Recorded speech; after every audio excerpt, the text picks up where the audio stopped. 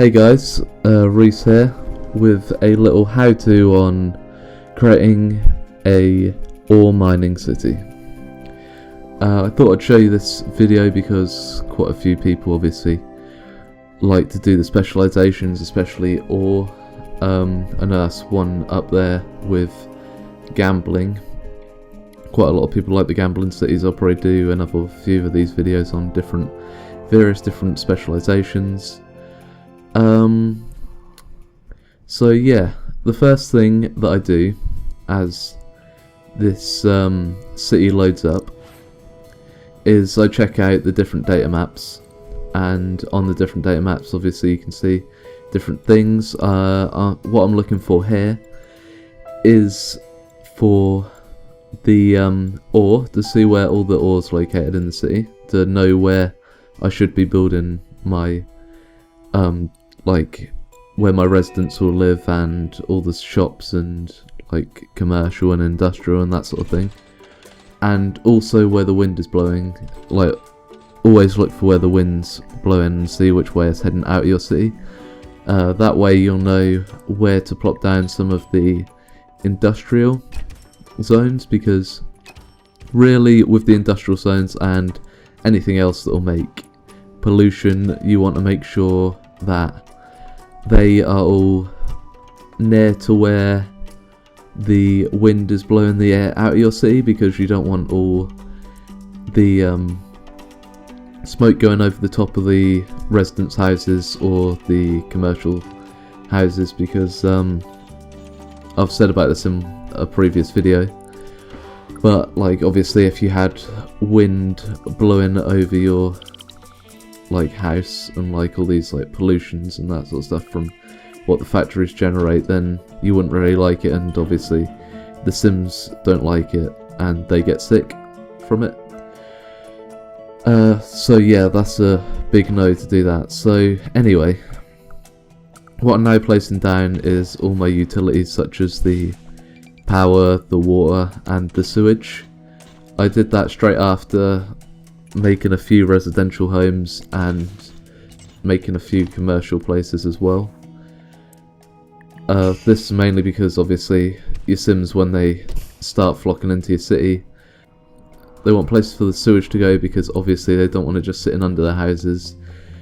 It's very unhygienic and that sort of stuff. Also they need power to have the electricity on, they need that, and the water, they obviously require that. So now you can see I'm at about 1,500 people in my city. I've now added commercial places, and what I like to do around this time is to add like 1 or 2 parks, depending on how much I can afford, just to get those low income houses to become like medium income houses. Like, parks are one of the best things to be able to boost up the wealth of the city and like the residents living in there.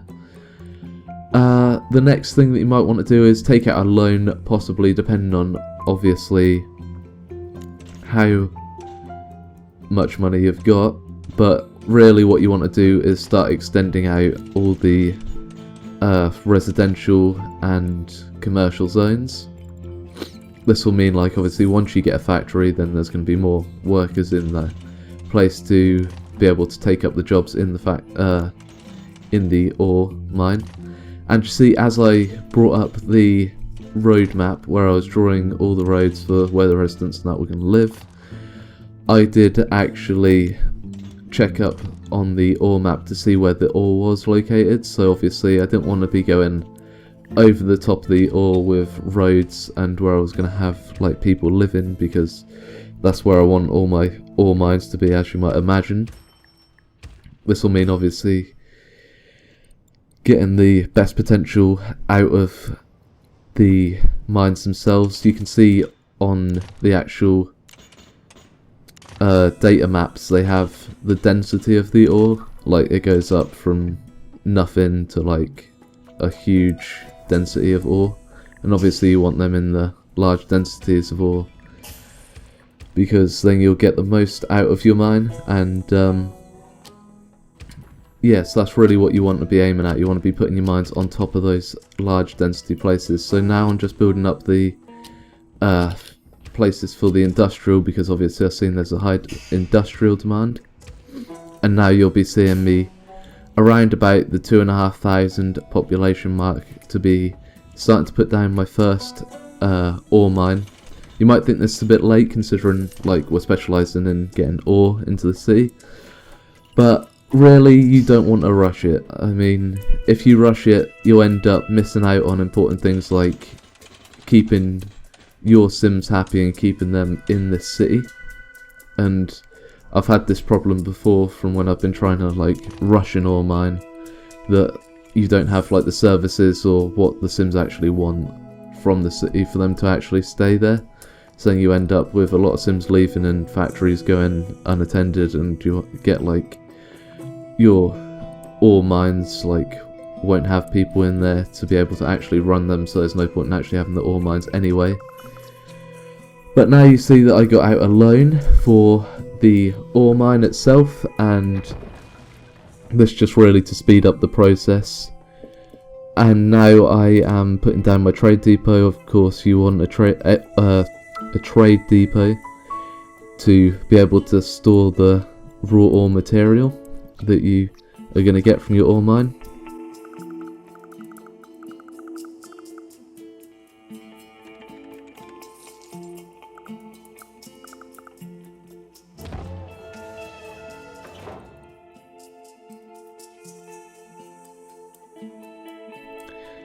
And around this point, after you just got the ore mine and the trade depot, you want to be extending the residential zones so you can get a lot of people coming into your city and start working in those factories and trade ports. So now you see me eventually actually adding on some of the raw ore storage lots, and that's so obviously when they mine up the ore, they'll have a place to send it to. If you don't actually have a storage lot, then the raw ore storage at the actual ore mine itself will fill up, and then that'll mean they have to stop production, and that's definitely not something that you want. Now, right here, when I've got enough money, like as soon as after you get the residential zones and the factory itself and the trade port, that's when you want to start putting in the extra ore mine itself. Like you can have up to 4 of those, and you want to get a lot of them very quickly, as well as you want to be increasing, as you just saw there, the truck load, so obviously they can send it over to the trade depot. And then of course you want to make sure that you export it to the global market, otherwise you won't be making any money from the actual trade depot, and that's not really what you want at all. This is like obviously a good way to make some good income once you get enough money, or sorry, once you get enough of the mines themselves, then you get like 1 or 2 trade depots and they will start selling quite quickly. Right, so now you've seen me put down a hospital already, or a clinic, and a fire station, and you might think obviously I'm sort of straying away from the whole fact of getting the ore mines up as quickly as possible, but like I said, you do want to keep all the residents happy. And I mean, if you're having health problems or like fire issues, which is like kind of a problem when you are going for these mines, I find that they suffer from sickness quite a bit, because obviously it's a dirty mine and that. So I think that's just the game being realistic, and you want to make sure that 1, those workers in the mines don't get sick, and 2, the residents don't get sick, otherwise they will leave the city, and like I said, that's not a good thing. Now we have 5,000 residents in our city, and I'm able to upgrade my town hall to a city hall. And I got the Department of Utilities, and you might be wondering why, but that's simply for the fact that these ore mines, they produce quite a lot of sewage, use up quite a lot of power and water to be able to run them. So that's the first department that you will be wanting to get, because otherwise you're going to be running out of power, water, and you're going to be blocked up in sewage quite quickly. If you do get, like, say you had a couple of ore mines, then you'd really be feeling the stress of, you know, not having all these sewage outflow pipes and all the water and that you need. Now you see me just adding on these ore shafts like there's no tomorrow. I mean, you just got to get that production up really quickly, and that's the main thing that you want to be focusing on once you got all those like services and you know that everybody in your house, everybody in your city is quite content. I'm also adding on a police station now, because obviously I saw that there was some crimes getting committed and people will leave because of that. Also, a thing to probably note, guys, is if you're trying to do this really quickly and you have like a goal set in mind, for like any time you have a goal set in mind and you know what you're aiming to do and you know what you're aiming to spend that money on, that's when you should be really using the cheater speed, or like the third fastest speed, which is like the fastest speed that you can do on this game.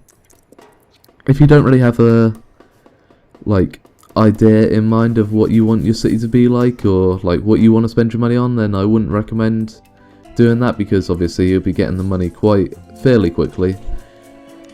And if you don't know what you're spending your money on, what's the point in actually having it? So you might as well, you know, you don't want to you want to be keeping your money low by constantly spending, and that's how you determine like that your city is actually a good city, not the fact that you have like a lot of money saved up, you know, because if it's not getting put back into the city, then your city's not getting any better. So if you don't have an idea in mind, then just bring it down to like the second speed or whatever. That should be like more of being able to think off the top of your head. So anyway, as you did just previously see, I added on an extra raw ore storage bit on my trade depot, adding an extra ore mine, obviously checking when building the road where I could place it in conjunction with where all the high density ore was. And then you really want to just keep focusing on building up these ore mines as quickly as possible, getting like the most amount of production per hour you can possibly get. Now I am focusing on like obviously the water and that. Like I said, it takes up a lot of water, and I just checked my power, but my power's all good. So I think the power source that I'm using, that copes with it quite well. But if you were using something like wind power, which I really wouldn't recommend for doing something like this, you know, you would need to upgrade that a lot, because wind power is quite weak. But yeah, like if you're doing something a bit more polluting, that sort of kind of power, then you can pretty much determine that you're going to be alright for quite a little while. But that doesn't obviously change the fact that you're still going to need to upgrade your water and sewage pretty soon after you get at least your second factory. Now you can see obviously I got my metal HQ, and this is very important that you do end up reaching the upgraded stage of the metal HQ, and that's because then you'll be able to add on a department, and you want to add on the one that allows you to get smelting in your city, because if you can then smelt the metal, this will help you out a lot. But to achieve this goal, because they say, I think it might be 100,000 in profit in a day or something, maybe, possibly, something like that. Can't really remember off the top of my head, to get this upgrade. So you're going to end up with having to get about 3 to 4 mines, like 3.5 should we say, like the third one fully upgraded, and then the fourth one like half upgraded, to be able to reach this goal, I would say.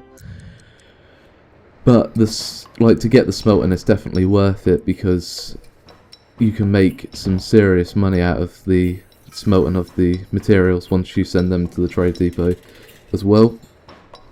But I'll probably end up doing a later video on all of the smelting of the materials.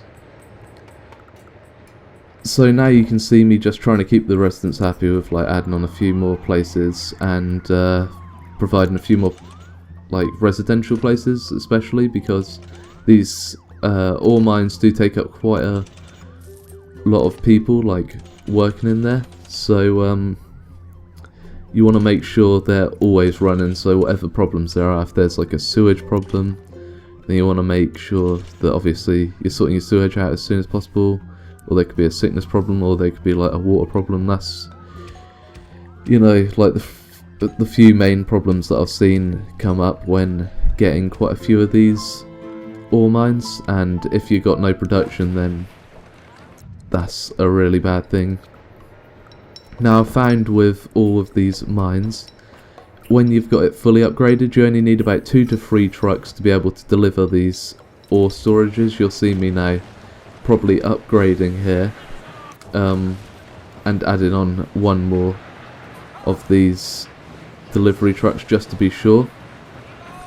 And that's because obviously I saw my ore in my factory was getting quite high, so I was getting a bit worried. But it's just common sense, and I mean, once you've built up one factory, then you'll know how to build up like all the factories. It's just like rinse and repeat, really. Yeah, so the fully upgraded factories with all the ore shafts want about 2 to 3 delivery trucks to be sending it over to the trade depot. Trade depot then should get rid of it, no worries, and you should be making some serious money out of it. I didn't actually show you how much money I made by the end of this video, but I can tell you it was definitely quite a lot. I'm gonna end up soon going to get 2 trade depots, and I do get the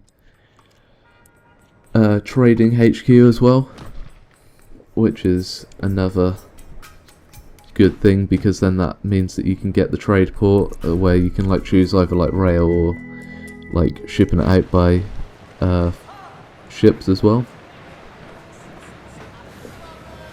and it just helps you get rid of the materials a lot quicker.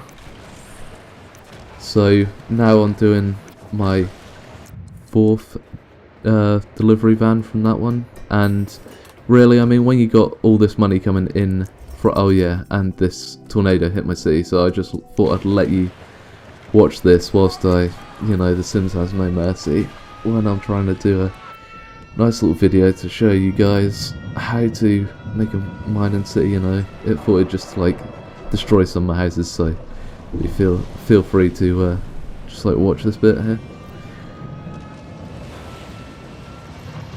And yeah, so I didn't tell you guys how long this took me overall to get a city to this size. I mean, I mainly had it on cheater speed like the whole way through, and it took me around about 1.5 hours, I think, to get this far and like get this many people involved to be making this much money from my city. So I thought that went quite well. It's mainly because obviously I knew what I was aiming for, and as long as you guys know what you're aiming for, then you should be doing alright too. I have now got obviously my 2nd trade depot, and I'm going to be adding on quite a few of these raw ore storage lots. I think I might be adding on all 4 here, possibly, as soon as that demolishes anyway. So yeah, you can see that I'm making quite a bit of profit here a day, definitely over 1,000 or 100,000, sorry. And I've set that one straight to export because the last one I didn't set straight to export, and I was like, gotta remember this time. So yeah, adding on a 3rd one and a 4th one, and then you'll soon see me having a check on that old data map again to see where all the ore hotspots are, and I'll have another like road coming up now, and this will be for my 4th mine. And really I got that trade depot just to help with reaching the objectives for getting the trading HQ, because I was really interested to see what that did. I've not actually ever got a trading HQ yet, but now I have, and yeah, so the trade ports and that, they're quite handy.